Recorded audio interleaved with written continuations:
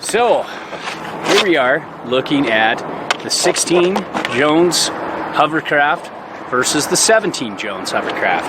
As you can see, they both were paired up with cartel bindings, Burton A&B boards, riding out in fun spring conditions. Decent groomers in some place, a little harder in the morning, going to pretty soft and slushy, but still super fun and carvy.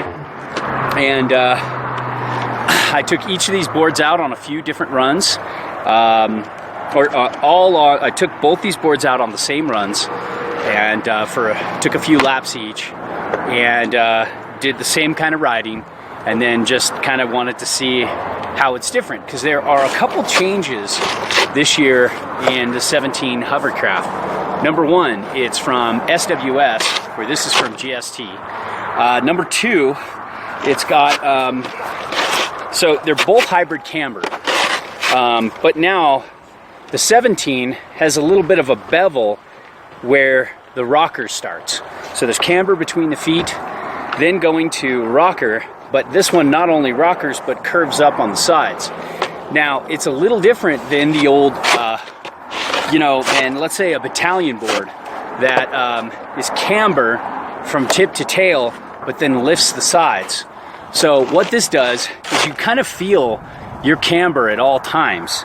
And so when you lay out over on an edge, it doesn't suddenly surprise you, like where a lot of battalion boards with the triple base technology make you feel like you're on a camber board.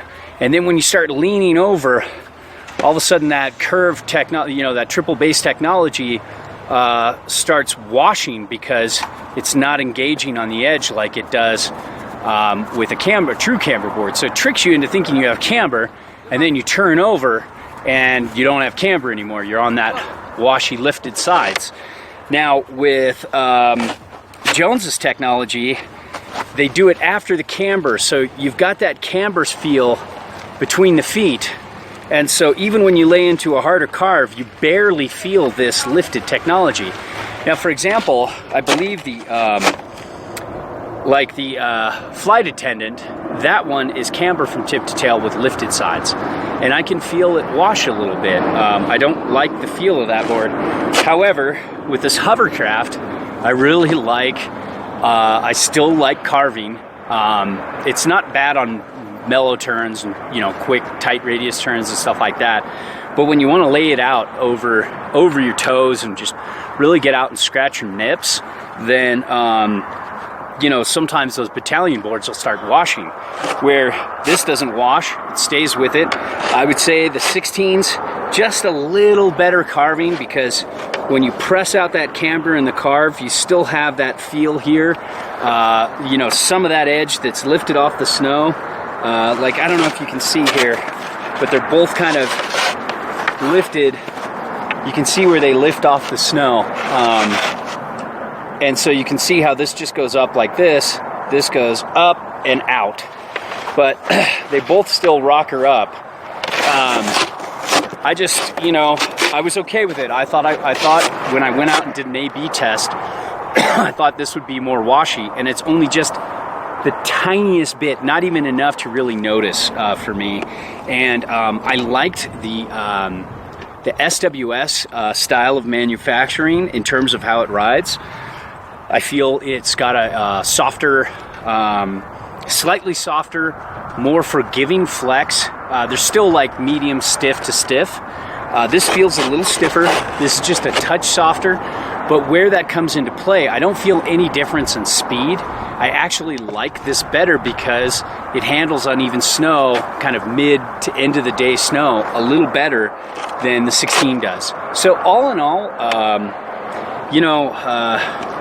same kind of like mellow mag, same kind of camber profile, just new factory, slightly softer, more forgiving, all day kind of flex, and kind of better in uneven snow, where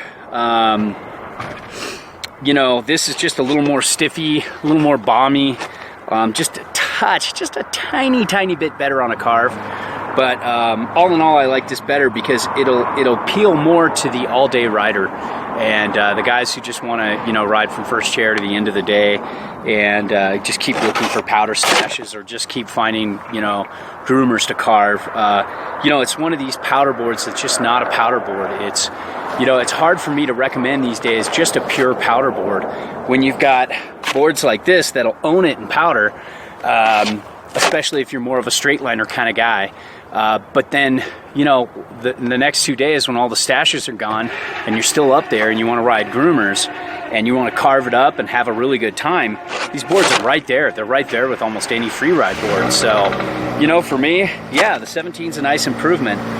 I'd personally love to see a little more side cut, have it turn a little quicker, but, you know, that's more my style of riding. But some of my other riders would actually prefer this to be just the way it is. And so that's a comparison between the 17 and the 16 Jones Hovercraft.